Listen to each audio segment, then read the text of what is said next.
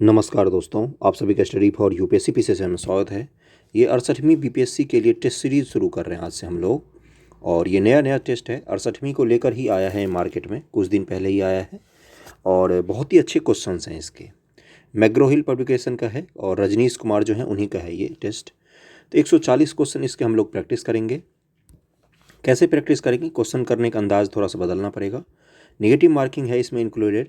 जहाँ पर आपके गलत होते हैं वहाँ पर आप इसको गलत मान के अपना आंसर नंबर घटा के वो कमेंट करना है आपको, ओके, कि अंत में आपका कितने मार्क्स बन रहे हैं। ध्यान रखना, मार्क्स ज़रूर जोड़ना अपने, या तो मार्केट से आप OMR सीट खरीद के ले आइए और टेस्ट करना उस पर शुरू कर दीजिए। अगर आपको कट ऑफ क्लियर करना है 68वीं में तो 3 बार टेस्ट का रिवीजन करके जाना, कट ऑफ ज़रूर क्लियर हो जाएगा इसका, ओके। और इसका PDF आपको 1 दिन बाद मिलेगा, 1 से 2 दिन बाद आपको टेलीग्राम चैनल पर मैं अपलोड कर दूंगा। पहला क्वेश्चन है, पहले सवाल से शुरू करते। 140 सवाल हम लोग प्रैक्टिस करेंगे। कितने? 140 सवाल करेंगे। पहला है, कौन सा कथन गलत है। मैं डायरेक्ट आंसर पर जाऊंगा, आपको वीडियो पॉज करके इसमें से देखना है कौन सा कथन गलत है। जैसे प्रमंडल दिया हुआ है, उसके सामने डिस्ट्रिक्ट लिखा हुआ है, कौन सा गलत है ये आपको ढूंढना है। आपको हर सवाल पर वीडियो रोकना होगा, ओके। पहले का आंसर क्या हो जाएगा?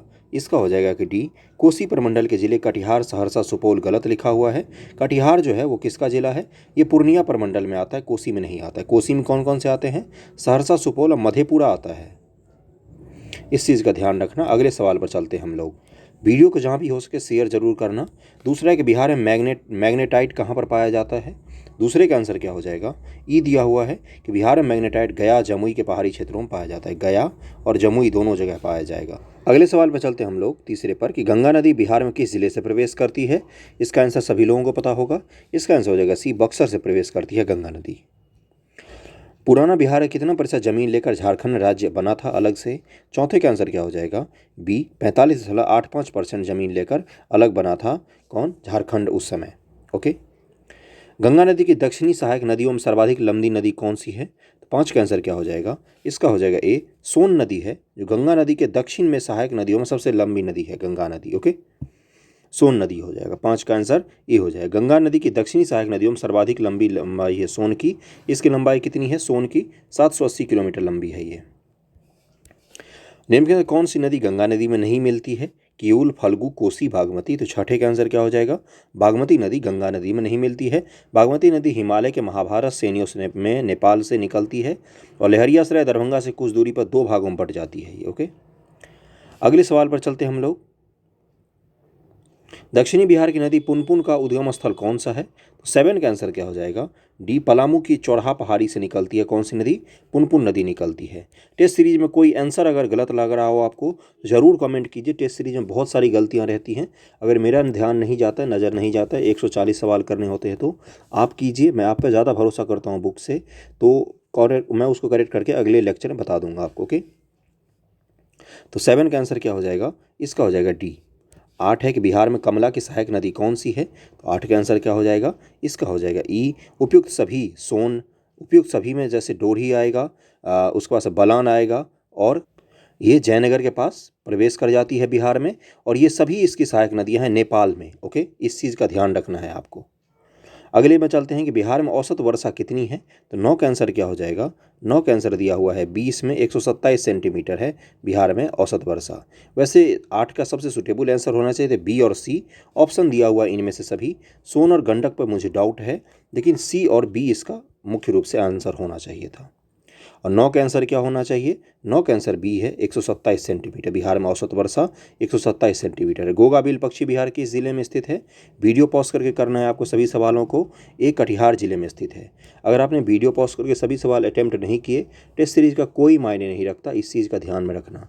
जिन्होंने किए हैं पिछली बार उनसे पूछो जाके कितना बेनिफिट मिला है उनको। इसलिए हर सवाल पर आपको रोकना है। ये टेस्ट हो रहा है आपका, आपने पढ़ लिया जितना पढ़ना था। 1 महीना मात्र बचा हुआ आपके एग्जाम का। तो गोगाबिल कहाँ पर है? तो ये है कटिहार में। बिहार का सबसे बड़ा अभयारण्य कौन सा है? तो 11 का आंसर क्या हो जाएगा? सबसे बड़ा अभयारण्य है कैमूर अभयारण्य। 11 का आंसर ए हो जाएगा। और कैमूर अभयारण्य को दूसरा टाइगर रिजर्व भी बिहार में घोषित किया गया है। नेशनल पार्क दूसरा घोषित किया गया है। बिहार का पहला डॉल्फिन अभयारण्य कहाँ पर स्थित है? तो 12 का आंसर हो जाएगा ए, विक्रमशिला में स्थित है ये। विक्रमशिला गंगा डॉल्फिन अभयारण्य भागलपुर जिले में है, इसको ज़रूर ध्यान में रखना है। और जो कैमूर अभयारण्य है वो 2 जिलों में फैला हुआ है, कौन कौन से में, कैमूर और रोहतास दोनों में फैला हुआ है। बिहार में भीम बांध वन्यजीव अभयारण्य कहाँ पर स्थित है? आसान आसान से सवाल हैं, इस तरह के सवाल गलत नहीं होने चाहिए। ये मुंगेर में स्थित है। बिहार राज्य के शहरी क्षेत्रों में महिला पुरुष साक्षरता में सबसे अधिक विषमता किस जिले में है? 14 का आंसर हो जाएगा ए, अररिया जिले में सबसे ज़्यादा विषमता है बिहार में। बिहार का सबसे पुराना कृषि विश्वविद्यालय कहाँ पर है? 15 का आंसर क्या हो जाएगा? यह है समस्तीपुर पूसा, ये सबसे पुराना है बिहार का। और इसकी स्थापना कब हुई थी? तो 1970 ईस्वी में हुई थी। राजेंद्र कृषि विश्वविद्यालय समस्तीपुर पूसा नाम है इसका। बिहार में कब पटना मेडिकल कॉलेज की स्थापना हुई थी? 16 का आंसर क्या हो जाएगा? ए, 1925 ईस्वी में दिया हुआ है इसमें कि पीएमसीएच का स्थापना हुआ था। कण्व वंश की राजधानी कहाँ पर थी? 17 का आंसर हो जाएगा बी, पाटलिपुत्र में कण्व वंश की राजधानी थी। नंद वंश का संस्थापक कौन था? तो इसका हो जाएगा ए, महापद्म नंद जो था वो नंद वंश का संस्थापक था। नालंदा विश्वविद्यालय किस लिए प्रसिद्ध था? तो नालंदा विश्वविद्यालय बौद्ध धर्म दर्शन की पढ़ाई के लिए प्रसिद्ध था। 19 का आंसर सी हो जाएगा। इस तरह के सवाल अगर पूछता है तो बोनस होना चाहिए आपके लिए, बहुत ही आसान से सवाल हैं। मौर्य साम्राज्य की स्थापना कब हुई थी? तो इसका आंसर हो जाएगा बी, 322 ईसा पूर्व में मौर्य साम्राज्य की स्थापना हुई थी। प्रथम बौद्ध संगति का आयोजन किसके शासनकाल में हुआ था? 21 का आंसर क्या हो जाएगा? बी, अजातशत्रु के शासनकाल में हुआ था। कहाँ पर हुआ था प्रथम बौद्ध संगति? प्रथम बौद्ध संगति राजगृह के सप्तपर्णी गुफा में हुआ था अजातशत्रु के समय में। और इसके अध्यक्षता किसने की थी? तो महाकश्यप ने किया था। 22 नंबर सवाल है कि मगध साम्राज्य में कलिंग का विलय सर्वप्रथम किसने किया था? ये पता होना चाहिए आपको। 22 का आंसर क्या हो जाएगा? नंद वंश के समय में ही सबसे पहली बार कलिंग का विजय किया गया था। अशोक ने दूसरी बार किया था, महापद्म नंद ने सबसे पहली बार कलिंग का विजय किया था। यहाँ पर एसआई मात्रक पूछा है आपसे इन सभी का। तो विद्युत आवेश का कौन सा मात्रक होता है? आपको पता होना चाहिए, कूलम्ब हो जाएगा। विद्युत धारा का कौन सा होगा? एम्पियर हो जाता है। विद्युत विभवांतर का कौन सा हो जाता है? इसका आंसर क्या हो जाएगा? इसका हो जाएगा वोल्ट। और विद्युतीय प्रतिरोध का क्या होता है? ओम। चौथा का ए हो जाएगा। इसका आंसर कौन सा हो जाएगा? सी हो जाएगा। पहले का डी, दूसरे का सी, तीसरे का बी, चौथे का ए। प्रकाश की गति निम्नलिखित माध्यमों से किस में अधिकतम होती है? तो जहाँ पर भी डेंसिटी ज़्यादा होगी वहाँ के प्रकाश की गति कम हो जाती है। जबकि साउंड में क्या होता है? डेंसिटी ज़्यादा होने पर साउंड की गति बढ़ जाती है, जबकि प्रकाश की क्या होती है? कम हो जाती है। तो 24 का आंसर क्या हो जाएगा? डायमंड में सबसे ज़्यादा प्रकाश की गति होगी इनमें से। जब द्रव तापीय रूप में विस्तारित होता है तो निम्न से क्या होता है? 25 का आंसर क्या हो जाएगा? इसका आंसर हो जाएगा डी, द्रव का घनत्व तो कम होता है जब द्रव तापीय रूप में विस्तारित होता है। तो नीचे बताए गए इकाइयों में से कौन सी एक मौलिक इकाई नहीं है? मौलिक इकाई नहीं है ये पूछ रहा है आपसे। 26 का आंसर हो जाएगा बी, न्यूटन मौलिक इकाई नहीं है। मौलिक इकाई मौलिक मात्रा की ऐसा इकाई को मूलभूत इकाई कहा जाता है। 7 मूलभूत इकाइयाँ और 2 पूरक इकाइयाँ होती हैं। ओके, और इसका एक्सप्लेनेशन आपको मिल जाएगा पीडीएफ में, वहाँ सब पढ़ सकते हैं। 26 का आंसर बी है। एक ही इकाई का उपयोग करके किस जोड़े की मात्रा व्यक्त की जा सकती है? तो 27 का आंसर हो जाएगा डी, काम और गतिज ऊर्जा की जो है उसको व्यक्त किया जा सकता है एक ही इकाई का उपयोग करके। अगले सवाल पर चलते हैं हम लोग। 27 का आंसर डी हो जाएगा। कैंडेला डैश की इकाई है, किस चीज़ की इकाई है? तो 28 का आंसर क्या हो जाएगा? इसका आंसर हो जाएगा डी, दीप्त प्रकाश जो होती है, दीप्ति तीव्रता जो होती है उसकी इकाई है कौन सी? कैंडेला। कितने प्रकार की मूल एसआई राशियाँ होती हैं? 29 का आंसर क्या हो जाएगा? ये 7 प्रकार की मूल एसआई राशियाँ होती हैं। नॉट किसकी इकाई होती है? नॉट आपने सुना भी होगा, नॉट। 30 का आंसर क्या हो जाएगा? बी, दूरी की इकाई होती है। कहाँ पर? समुद्री दूरी की इकाई होती है नॉट। अगले सवाल पर चलते हैं कि किलोवाट घंटा निम्नलिखित में किसकी इकाई होती है? तो 31 का आंसर क्या हो जाएगा? सी, ऊर्जा की इकाई होती है किलोवाट पर घंटा। समस्थानिक C14 का संबंध है किससे? तो 32 का आंसर क्या हो जाएगा? इसका हो जाएगा सी, फॉसिलस जीवाश्म की आयु निर्धारण से। कार्बन 14 पद्धति है। कार्बन 14 में हम लोग क्या ज्ञात करते हैं? किसी भी जीवाश्म की आयु ज्ञात करने के लिए कार्बन 14 पद्धति का यूज किया जाता है। जल का वाष्प में परिवर्तन क्या कहलाता है? 33 का आंसर क्या हो जाएगा? इसका हो जाएगा बी, भौतिक परिवर्तन कहलाता है। भौतिक परिवर्तन में क्या होता है? हम रिवर्स कर सकते हैं उस रिएक्शन को, भाप से फिर आप जल बना सकते हैं, इसलिए भौतिक परिवर्तन होगा। लेकिन दूध से आप दही बना सकते हैं, ये केमिकल परिवर्तन होता है। क्यों? क्योंकि दही से वापस दूध नहीं बनाया जा सकता है। ओके, इस आधार पर जब आपसे सवाल पूछेगा तो वहाँ पर आप कर सकते हैं इसको। ओके। 34 नंबर सवाल पर चलते हैं कि निम्नलिखित में से कौन सा एक रासायनिक परिवर्तन का उदाहरण है। तो 34 का आंसर क्या हो जाएगा, कागज़ का जलना जो है वो रासायनिक परिवर्तन का उदाहरण होता है। जंग लगने से लोहे का भार क्या होता है। ये देखो वही दिया है, फिर से सवाल ये विवादित है। इसमें है कि पहले बढ़ता है फिर घट जाता है, यही इसका मूल रूप से आंसर होना चाहिए। क्योंकि क्या होता है, जंग लगने रस्टिंग में क्या होता है, ऑक्सीडेशन की क्रिया होती है।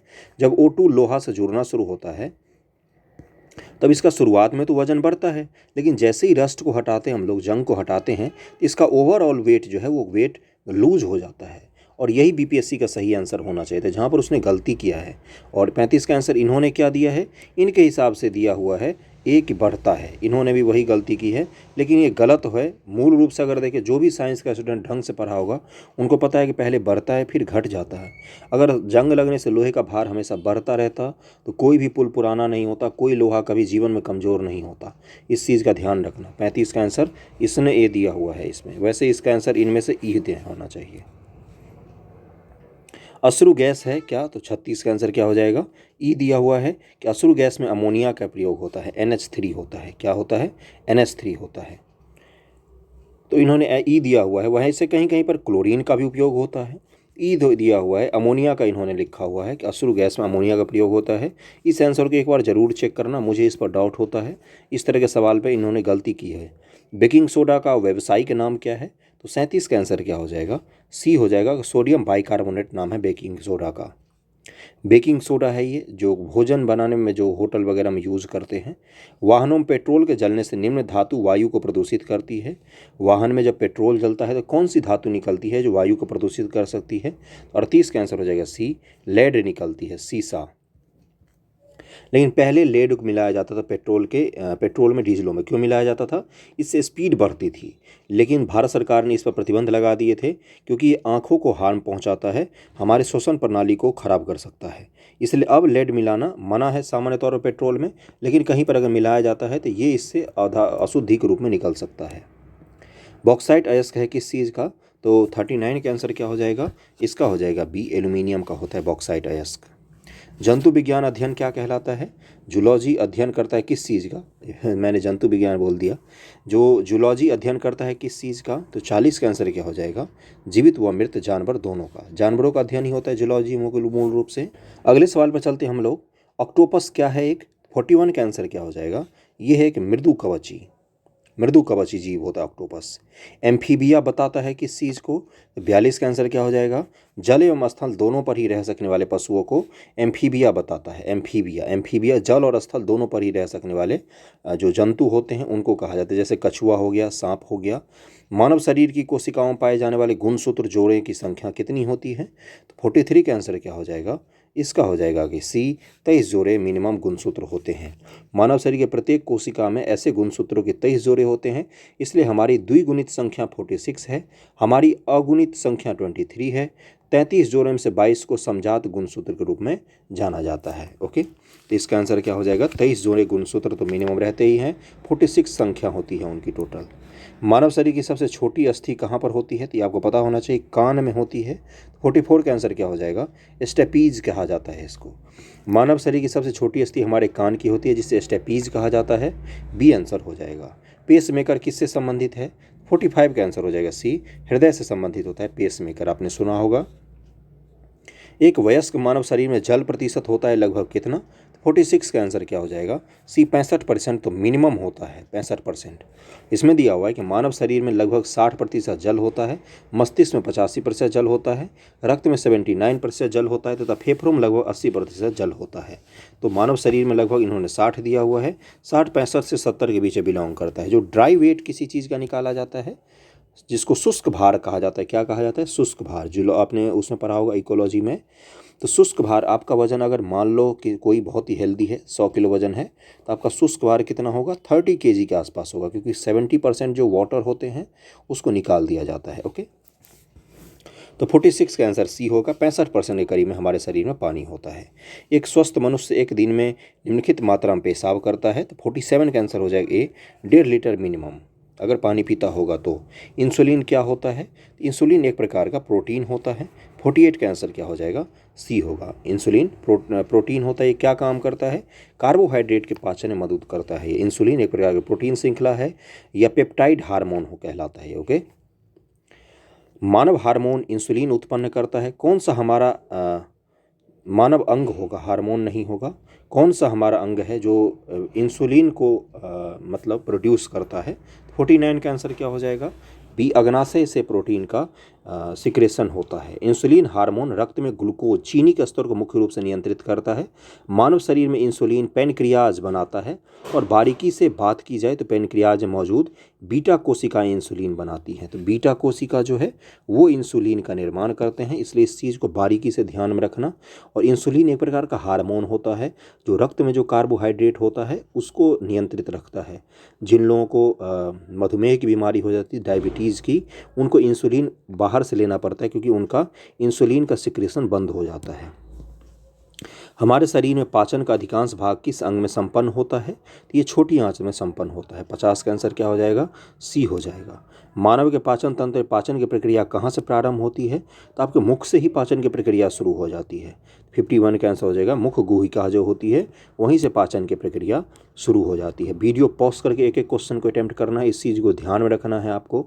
अगर आपको वाकई 68वीं सीरियसली देना है तो 4.5 लाख बच्चों ने फॉर्म भरा है तो वो कंपटीशन बहुत ही ज़्यादा हाई है। और अंत में मार्क्स ज़रूर बताना। निगेटिव मार्किंग है इसलिए सभी क्वेश्चन को अटैम्प्ट नहीं करना है, जो नहीं आ रहा है उसको छोड़ते जाओ। यूरिया किसके द्वारा रक्त से पृथक किया जाता है? तो 52 का आंसर क्या हो जाएगा? डी, गुर्दा के द्वारा। यूरिया गुर्दा के द्वारा रक्त से पृथक किया जाता है। हमारे शरीर में रक्त का दाब होता है कितना ज़्यादा? तो 53 का आंसर क्या हो जाएगा? वायुमंडलीय दाब से अधिक होता है। अगर वायुमंडलीय दाब से कम होता हमारे शरीर में रक्त का दाब तो हम जीवित नहीं रह पाते। यही तो होता है ना कि जब हम चांद पर जाते हैं तो हम स्पेस सूट इसलिए भी पहनते हैं कि हमारा रक्त का दाब शरीर के अंदर से इतना ज़्यादा होता है, और वहाँ पर तो एयर नहीं होता है, एयर प्रेशर नहीं होता है।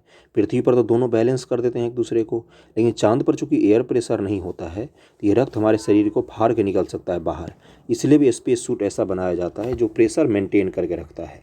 तो इसका आंसर बी हो जाएगा। निम्न रक्त वर्ग सर्वाधिक दाता होता है। कौन सा ऐसा ब्लड ग्रुप वाला है जो किसी को भी दे सकता है? यूनिवर्सल डोनर का आपने नाम सुना होगा। तो इसका आंसर हो जाएगा बी, ओ वाले जो होते हैं ओ ब्लड ग्रुप, वो किसी को भी दे सकते हैं।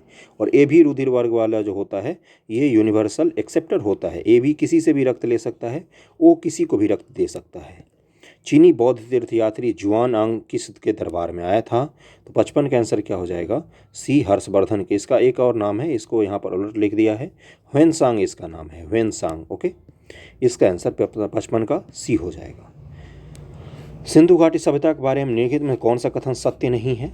तो 56 का आंसर क्या हो जाएगा? 56 का आंसर हो जाएगा बी, पशु मांस मुख्य भोजन था। ये गलत है। मांस का भक्षण करते थे वो लोग, निसंदेह करते थे, मांस खाते थे वो लोग, नॉन वेजिटेरियन खाते थे, लेकिन प्रमुख भोजन नहीं था। जैसे हम लोग क्या खाते हैं, वेजिटेरियन ही होते हैं, हमारा प्रमुख भोजन नहीं होता है नॉन वेज, इसी तरह से वो लोग भी थे। सिंधु घाटी स्थल में कालीबंगा किस राज्य में स्थित है? तो 57 का आंसर क्या हो जाएगा? पता होगा, ये गुजरात में है कालीबंगा। काली का मतलब क्या होता है? काला। बंगा का मतलब होता है चूड़ियाँ। यहाँ से बहुत सारे बैंगल बनाने के फैक्ट्रियाँ मिले हैं। महाजनपद और उनके राजाओं को सुमेलित करना है आपको। कोसल, मगध, वत्स, अवंती।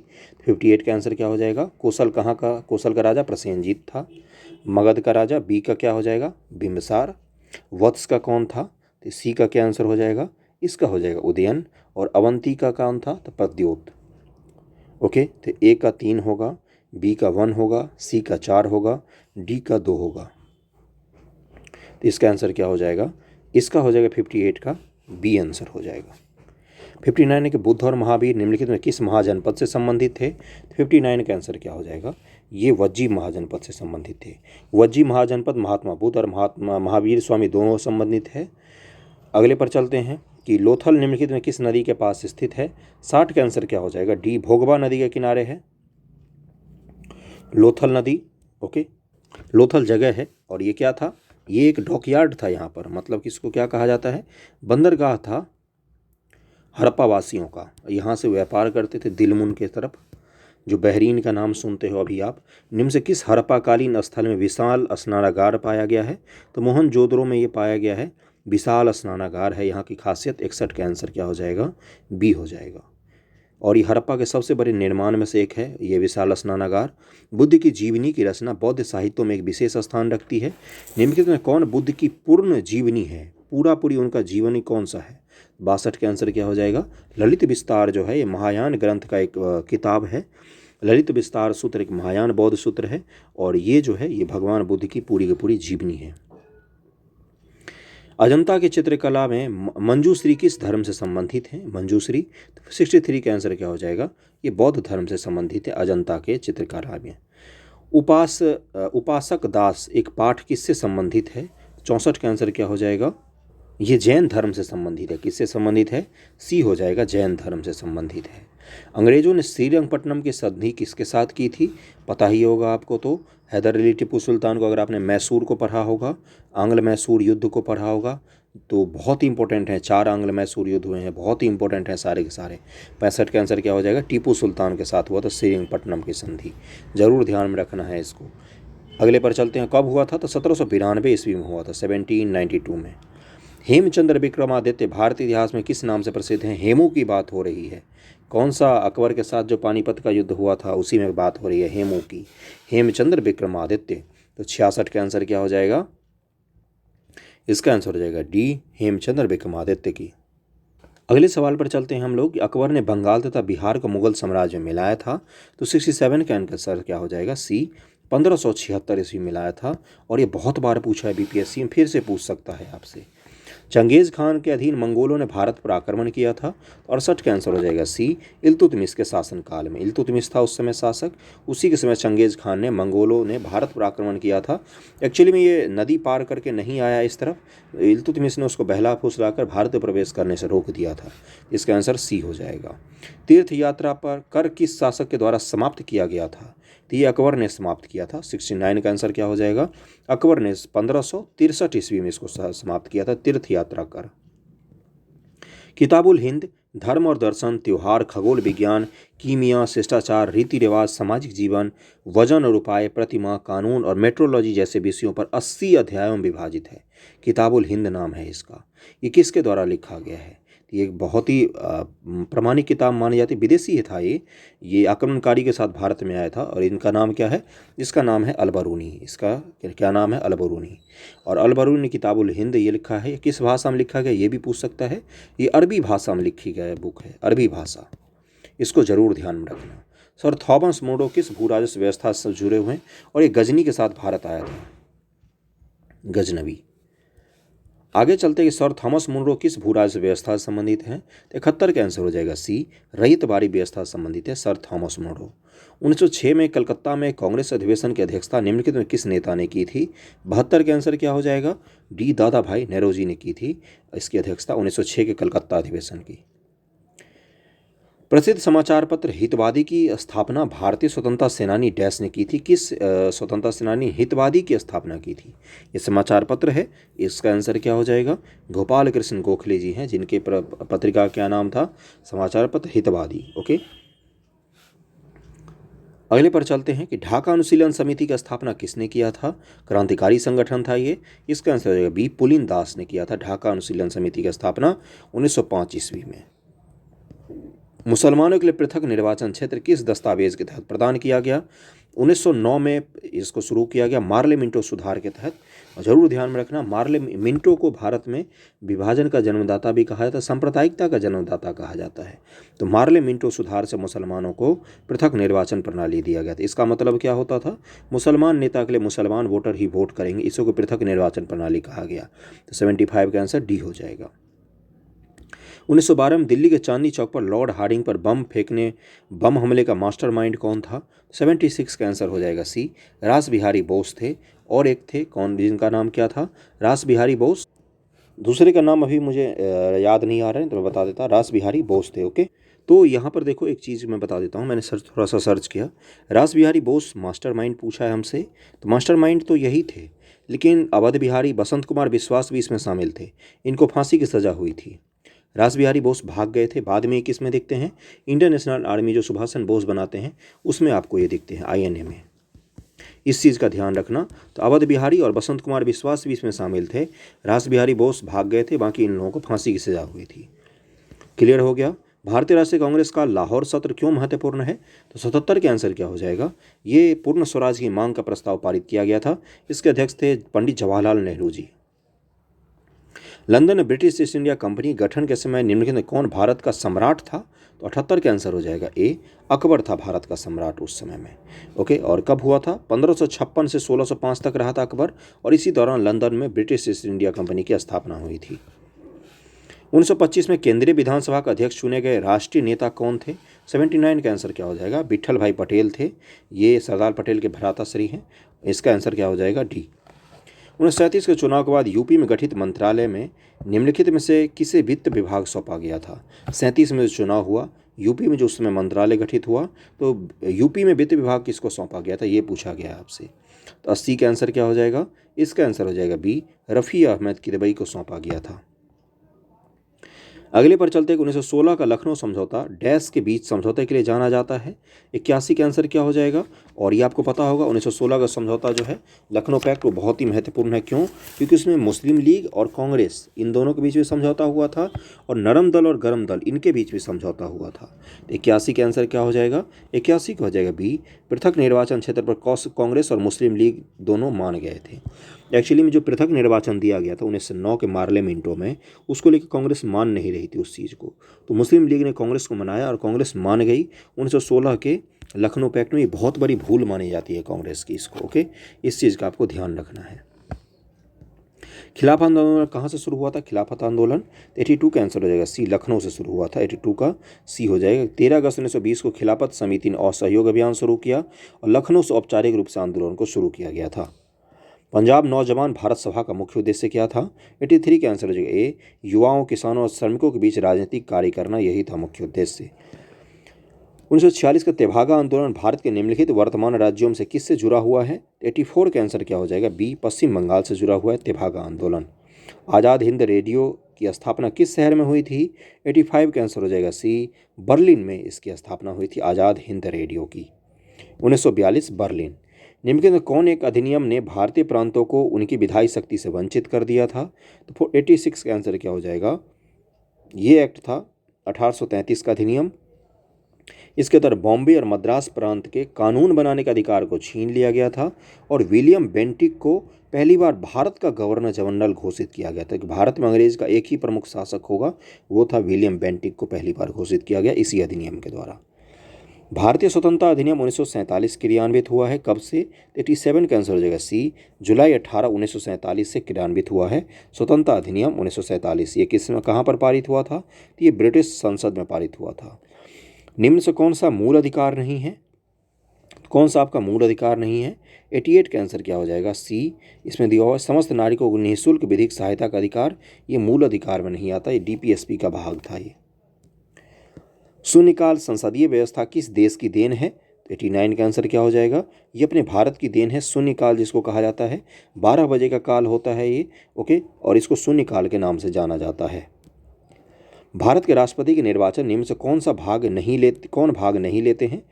तो 90 का आंसर क्या हो जाएगा? विधान परिषद के निर्वाचित सदस्य इसमें भाग नहीं लेते हैं। 90 का आंसर क्या हो जाएगा? डी हो जाएगा। उच्चतम न्यायालय द्वारा मृत्युदंड से दंडित किसी व्यक्ति के मामले में क्या हो सकता है? तो 91 का आंसर क्या होगा? राष्ट्रपति को क्षमा प्रदान करने की शक्ति है, इस आदमी को क्षमा प्रदान कर सकते हैं वो। मंत्रिपरिषद सामूहिक रूप से निम्न से किसके प्रति उत्तरदायी होती है? सामूहिक रूप से पूछ रहा है। देखो, सामूहिक उत्तरदायित्व जो होता है ये होता है लोकसभा के प्रति, और व्यक्तिगत उत्तरदायित्व जो होता है वो होता है राष्ट्रपति जी के प्रति। इस चीज़ को ध्यान में रखना। इसलिए जब भी कौन सा विधेयक बोलते हैं उसको अविश्वास प्रस्ताव कहते हैं। अविश्वास प्रस्ताव कहाँ पर लाया जाता है? लोकसभा में लाया जाता है। क्यों? क्योंकि उसी के प्रति उत्तरदायी होती है जो सरकार होती है मुख्य रूप से। लोकसभा में अगर अविश्वास प्रस्ताव पारित हो जाता है तो सारे के सारे सरकार गिर जाती है, भारत सरकार गिर जाती है। और व्यक्तिगत रूप से उत्तरदायी राष्ट्रपति के प्रति होती है, यानी कि राष्ट्रपति किसी एक मंत्री को अगर हटाते हैं तो सरकार नहीं गिरता है वहाँ पर। ये बारीकी है थोड़ा सा पॉलिटी का, इसको ध्यान में रखना। 92 का आंसर क्या हो जाएगा? इसका आंसर हो जाएगा डी, लोकसभा के प्रति सामूहिक रूप से उत्तरदायी होते हैं। 93 है भारत के संविधान के अनुच्छेद 21 संशोधन के द्वारा जोड़ा गया। तो 93 का आंसर क्या हो जाएगा? 86वां संशोधन 2002 के द्वारा जोड़ा गया। शिक्षा का अधिकार जो है 6 से 14 वर्ष के सभी बालकों को दिया जाएगा, उसी के तहत इसको जोड़ा गया। और ये लागू कब से हुआ है? तो 1 अप्रैल 2010 से लागू हुआ है ये शिक्षा का अधिकार अधिनियम। हमारे संविधान के किस भाग में 3 सोपानों में पंचायत बनाने की परिकल्पना की गई है? किस अनुसूची में है पंचायत की बात? ये पूछ रहा है आपसे। तो 10वीं में कौन सा है? दल बदल। 11वीं में कौन सा है? पंचायत। 12वीं में कौन सा है? नगर पालिका। तो 94 का आंसर क्या हो जाएगा? इसका हो जाएगा, वैसे तो भाग 9 में है, भाग पूछा है संविधान का, मैंने अनुसूची बता दिया, मैंने यहाँ पर मिस्टेक किया। संविधान के भाग 9 में जिक्र है किसका? संविधान के भाग 9 में जिक्र है पंचायत का। संविधान के 11वीं अनुसूची में जिक्र है पंचायत का। संविधान के 9 के क में जिक्र है किसका? तो नगर पालिका का है शायद, देखना। तो भाग 9 में किसका हो जाएगा? पंचायतों की बात की गई है। अनुसूची 11वीं अनुसूची, भाग 9, पंचायत से एक क्वेश्चन पक्का होता है। भारत के मुख्य निर्वाचन आयुक्त की पदावधि क्या है? तो 95 का आंसर हो जाएगा सी। 6 वर्ष या 65 वर्ष की आयु जो भी प्राप्त कर लेंगे वहाँ तक रह सकते हैं निर्वाचन आयुक्त अपने पद पर। भारत में कपास का सबसे बड़ा उत्पादक राज्य कौन सा है? कॉटन का उत्पादन वहीं पर होगा जहाँ पर काली मिट्टी पाई जाएगी। काली मिट्टी सबसे ज़्यादा कहाँ पर पाई जाती है? 96 का आंसर हो जाएगा। वैसे तो सबसे ज़्यादा महाराष्ट्र पाई जाती है, लेकिन कॉटन सबसे ज़्यादा उपजता है गुजरात राज्य में। सुंदरबन के जंगल को क्या कहा जाता है? तो 97 का आंसर क्या हो जाएगा? इसका आंसर हो जाएगा बी, मैंग्रोव कहा जाता है सुंदरबन के वन को। मैंग्रोव की क्या खासियत होती है? ये सॉल्ट वाटर में भी, जो खारा पानी होता है उसमें भी उग सकते हैं ये, और ये बहुत अच्छे प्रतिरोध का काम करते हैं सुनामी वगैरह के खिलाफ। नीली क्रांति किससे संबंधित होता है? 98 का आंसर क्या हो जाएगा? मछली उत्पादन संबंधित है ये। खेती का झूम विधि का व्यवहार हुआ करता है कहाँ पर? तो ये आपको मिलेगा नॉर्थ ईस्ट के इलाकों में। झूम कृषि, झूम कृषि क्या होता है? जंगल जलाओ, वहाँ पर खेती कर लो, फिर दूसरे दिन कहीं और जंगल जलाओ, वहाँ पर खेती कर लो। तो 99 का आंसर डी हो जाएगा, नागालैंड में। भरतपुर पक्षी अभयारण्य किस राज्य में स्थित है? 100 का आंसर हो जाएगा डी, राजस्थान राज्य में स्थित है भरतपुर पक्षी अभयारण्य। ब्रह्मपुत्र नदी किस हिमनद से निकलती है? 101 का आंसर हो जाएगा डी, चेमयांगडुंग ग्लेशियर है जहाँ से निकलती है ब्रह्मपुत्र नदी। मेघना किन 2 नदियों की सम्मिलित धारा है? 102 का आंसर क्या हो जाएगा? डी, गंगा और ब्रह्मपुत्र की सम्मिलित धारा है मेघना, जो कहाँ पर बहती है? तो बांग्लादेश में बहती है। किस नदी से राजस्थान में नहर, इंदिरा गांधी नहर को निकाला गया है? तो 103 का आंसर हो जाएगा सी, सतलज नदी से निकाला गया है इस नहर को, आपको ये पता होना चाहिए। 103 का आंसर हो जाएगा सी, हरिके बैराज जो पंजाब में बनाया गया, ब्यास और सतलज नदी के संगम, वहीं से इंदिरा गांधी कैनाल निकाला गया है, जो राजस्थान के गंगानगर, बीकानेर, जोधपुर, जैसलमेर जिलों के मुख्य रूप से सिंचाई की जाती है। भारत में उगाई जाने वाली अधिकतर कॉफ़ी की किस्म कौन सा होता है? 104 का आंसर हो जाएगा सी, अरेबिका कॉफ़ी भारत में उगाई जाती है अधिकांशतः, अरेबिका। भारत में जूट का सर्वाधिक क्षेत्रफल किस राज्य में स्थित है? 105 का आंसर क्या हो जाएगा? इसका हो जाएगा बी, पश्चिम बंगाल में जूट का सबसे ज़्यादा उत्पादन होता है। जूट उत्पादन में दूसरे नंबर पर बिहार का स्थान आता है। बिहार में भी पूर्णिया वगैरह में खूब ज़्यादा जूट का उत्पादन होता है। किस पेड़ से हमें कुनैन प्राप्त करते हैं? तो सिनकोना के छाल से बनता है कुनैन, मलेरिया की दवाई होती है। 106 का आंसर हो जाएगा बी। 107 नंबर सवाल है कि केंद्रीय बैंक द्वारा जारी मुद्रा को जनता द्वारा वाणिज्यिक बैंकों द्वारा आयोजित की जा सकती है, जिसे कहा जाता है, क्या कहा जाता है? 107 का आंसर क्या हो जाएगा? हार्ड पावर मनी कहा जाता है, सी हो जाएगा इसका आंसर।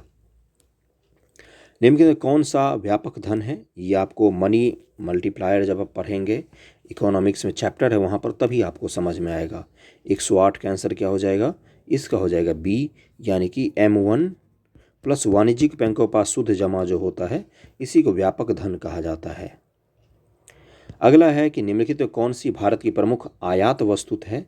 आयात वस्तु, सबसे ज़्यादा आयात वाले वस्तु है। 109 का आंसर क्या हो जाएगा? डी, कच्चा तेल पर सबसे ज़्यादा खपत करते हैं हम लोग पैसा। भारत का पहला औद्योगिक नीति किस नाम से जाना जाता है? 110 का आंसर हो जाएगा बी, औद्योगिक नीति संकल्प 1948 के नाम से जाना जाता है।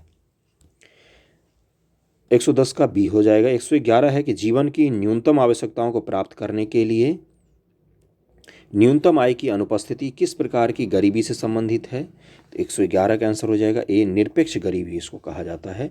बीपीएल के नीचे जो लोग रहते हैं वो निरपेक्ष गरीबी का ही उदाहरण होता है। क्या होता है उसमें कि न्यूनतम आवश्यकता की भी पूर्ति नहीं कर सकते हैं ये लोग। निरपेक्ष और सापेक्ष गरीबी मैंने पढ़ाया हुआ इकोनॉमिक्स में, जाकर लेक्चर में देख सकते हैं आप लोग। 112 है कि असंगठित कार्यक्षेत्र के लिए निम्नलिखित कौन सा विकल्प सही नहीं है? तो 112 का आंसर हो जाएगा बी, भुगतान छुट्टियों का प्रावधान असंगठित कार्यक्षेत्र के लिए ये चीज़ सही नहीं होता है। असंगठित कार्यक्षेत्र का मतलब क्या हो गया? आपके आसपास जो टेंट हाउस दिखता होगा उसमें जो मजदूर काम करते हैं उसको क्या कहा जाता है? असंगठित कहा जाता है। और कोई एक फैक्ट्री है जिसका कोई मैनेजर है, जिसमें सब लोग वर्कर जाते होंगे टाइम टू टाइम आते होंगे, उसको संगठित क्षेत्र कहा जाता है। अगला है कि मानव विकास सूचकांक निम्नलिखित किसके द्वारा जारी किया जाता है? 113 का आंसर हो जाएगा ए, यूएनडीपी जारी करती है, यूनाइटेड नेशन डेवलपमेंट प्रोग्राम जारी करती है मानव विकास सूचकांक। 114 है निम्नलिखित कौन एक एनबीएफसी नहीं है? नॉन बैंकिंग फाइनेंशियल कॉरपोरेशन जो होता है, जो बैंकिंग का काम नहीं करती, वो कौन सी ऐसी नहीं है? ये पूछा है इनमें से कौन सी नहीं है। तो 114 का आंसर क्या हो जाएगा? भारतीय औद्योगिक विकास बैंक जो है, ये आईडीबीआई तो डायरेक्ट बैंक है ना, डायरेक्ट बैंक है ये आईडीबीआई।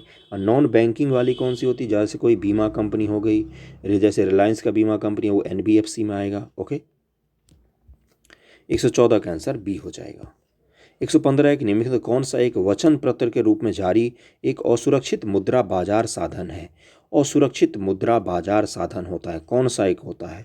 तो एक इसका आंसर क्या हो जाएगा 115 का? इसका हो जाएगा बी, वाणिज्यिक पत्र जो होता है वो क्या होता है? असुरक्षित मार्केट बॉन्ड होता है एक। पूर्ण प्रतियोगिता की आवश्यक शर्तों में से एक कौन सा होता है? 116 का आंसर हो जाएगा डी, एक ही समय में समान चीज़ों के लिए समान मूल्य। ये पूर्ण प्रतियोगिता की आवश्यक शर्तों में से एक होता है। निम्नलिखित में किस व्यक्ति ने दूसरी पंचवर्षीय योजना का मसौदा तैयार किया था?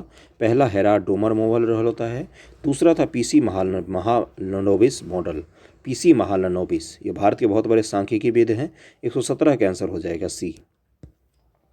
रेलवे बोर्ड के नए अध्यक्ष और सीईओ का पदभार किसने संभाला अभी? 118 का आंसर हो जाएगा डी, सुनीत शर्मा ने संभाला है। इसरो का अध्यक्ष का नाम बताइए जिन्हें जनवरी 2022 तक 1 साल का विस्तार मिला है। 119 का आंसर हो जाएगा डी, कैलाश सदाशिव शिवन। इनका नाम गलत दिया हुआ है, ये बदल गया था पिछले साल। ये पिछले साल करंट पर पता नहीं क्यों नए सेट में घुसा रखा है इन्होंने, ये गलत दिया हुआ है यहाँ पर। इसके जो नए आंसर होंगे उसको मैं कभी बता दूंगा या कमेंट करके मैं लिख दूंगा। आपको पता है तो आप बताइए, वैसे इसका आंसर ई होना चाहिए। इनका नाम है एस सोमनाथ। क्या नाम है? एस सोमनाथ है इसरो के नए चेयरमैन।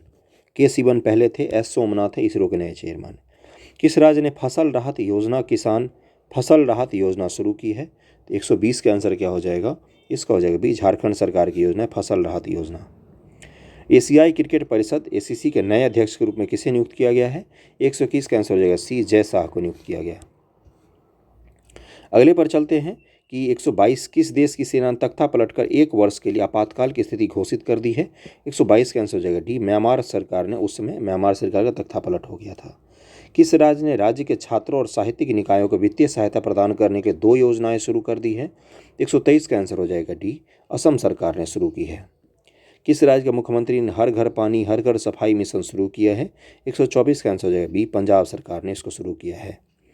किस हवाई अड्डे को डीजीसीए की मंजूरी मिली है और उत्तर प्रदेश का तीसरा अंतर्राष्ट्रीय हवाई अड्डा बन गया है? यूपी का तीसरा इंटरनेशनल हवाई अड्डा है ये। इसका आंसर हो जाएगा सी, कुशीनगर हवाई अड्डा, कुशीनगर। इंडियन प्रीमियर लीग 2021 का टाइटल स्पॉन्सर कौन सी कंपनी थी उस समय? 126 का आंसर क्या हो जाएगा? उस समय थी वीवो, उसको हटा दिया गया था, अभी तो कोई और कंपनी है। किस बैंक ने स्टार्टअप उन्नति मेंटरिंग प्रोग्राम शुरू किया है? 127 का आंसर कौन सा हो जाएगा? एचडीएफसी बैंक ने शुरू किया था इसको। किस देश ने सार्वजनिक स्थानों पर पूरे चेहरे को ढकने पर प्रतिबंध लगा दिया है? 128 का आंसर हो जाएगा बी, स्विट्जरलैंड ने इसको प्रतिबंध लगा दिया था। और इससे पहले फ्रांस ने भी बुर्खा पर प्रतिबंध लगा दिया था, और आपको पता होना चाहिए। और ये टेस्ट जो है ये नया टेस्ट ही है, इसी दिसंबर में 27-28 तारीख को ही आया है ये। और इसमें पुराने कुछ करंट अफेयर दिए हुए हैं। आप जीएस के सवालों पर फोकस कीजिए, आगे के जो सेट हैं उसमें नए करंट अफेयर भी आएंगे। और अभी अभी ही आया है मार्केट में, 3 से 4 दिन हुए हैं, 5 दिन। यूएन की वर्ल्ड हैप्पीनेस रिपोर्ट 2021 में भारत का रैंक क्या था? पूछ सकता है आपसे पिछले साल का 2021 का रैंक पूछ सकता है, 2022 का पूछ सकता है, 2023 की तो आई ही नहीं है। 129 का आंसर क्या हो जाएगा? इसका आंसर दिया हुआ है डी, 139 रैंक था उस समय भारत का। केंद्र सरकार ने डॉक्टर बी.आर. अम्बेडकर के जन्मदिन पर डैश को अपने सभी कार्यालय के सार्वजनिक अवकाश के रूप में घोषित किया था। 130 का आंसर क्या हो जाएगा? इसका हो जाएगा डी, 14 अप्रैल को डॉक्टर बी.आर. अम्बेडकर जी का जन्मदिन होता है। उस दिन अब छुट्टी मिलता है, सभी जगह सरकारी अवकाश होता है उस दिन। भारतीय सेना किस देश में बहुराष्ट्रीय सैन्य अभ्यास शांतिर अग्रो क्या लिखा हुआ है? उग्रो सेना 2021 में भाग लिया था उस समय। 131 का आंसर क्या हो जाएगा? बांग्लादेश में ये सैन्य अभ्यास हुआ था। भारत का सबसे बड़ा तैरता सौर ऊर्जा संयंत्र निम्नलिखित में से किस राज्य में स्थापित किया गया था उस समय? 132 का आंसर क्या हो जाएगा? ये तेलंगाना में स्थापित किया गया। भारत ने जम्मू कश्मीर में दुनिया के सबसे ऊंचे रेलवे पुल आर्क का निर्माण पूरा कर लिया। इस पुल की लंबाई कितनी ज़्यादा है? 133 का आंसर हो जाएगा डी, 1315 मीटर है इसकी लंबाई पूरी। भारत का पहला कृषि निर्यात सुविधा केंद्र निम्नलिखित में किस शहर में स्थापित किया गया है? 134 का आंसर हो जाएगा ई, यानी कि Maharashtra chamber of commerce, industry and agriculture ने कृषि वित्त विकास नाबार्ड के साथ मिलकर पुणे में इसको स्थापित किया है। कहाँ पर? पुणे में स्थापित किया है, पूना में स्थापित किया है, जरूर ध्यान में रखना। बिहार के पर्यावरण मंत्री नीरज कुमार सिंह ने मैकडॉवेल गोलंबर पार्क का उद्घाटन किस शहर में किया? 135 का आंसर हो जाएगा ए, पटना शहर में किया था। बिहार के उद्योग मंत्री उस समय थे, ये सारे पुराने करंट अफेयर दे दिए इस सेट में, बकवास है ये। क्या है कि किस जिले में राज्य का सबसे बड़ा इंडस्ट्रियल पार्क बनाने की घोषणा की थी? उस समय थे शहनवाज हुसैन मंत्री। इसका आंसर हो जाएगा ए, गया जिले में घोषित की थी। फ्रॉड करते हैं ये लोग स्टूडेंट्स के साथ। देखा करंट अफेयर कितना घटिया दिया हुआ है इसमें, पुराना सारा। देश में राष्ट्रपिता महात्मा गांधी को समर्पित पहले बापू टावर का निर्माण बिहार के किस जिले में करवाया जा रहा है? तो ये पटना जिले में करवाया जा रहा है। ओके। 138 है कि राष्ट्रीय संपार्श्विक प्रबंधन सेवा लिमिटेड ने बिहार के किन 2 जिलों में भारत के पहले चावल के साइलो गोदाम के निर्माण के लिए पायलट परियोजना की शुरुआत की है? तो 138 का आंसर हो जाएगा बी, कैमूर और बक्सर में इसकी शुरुआत की गई है।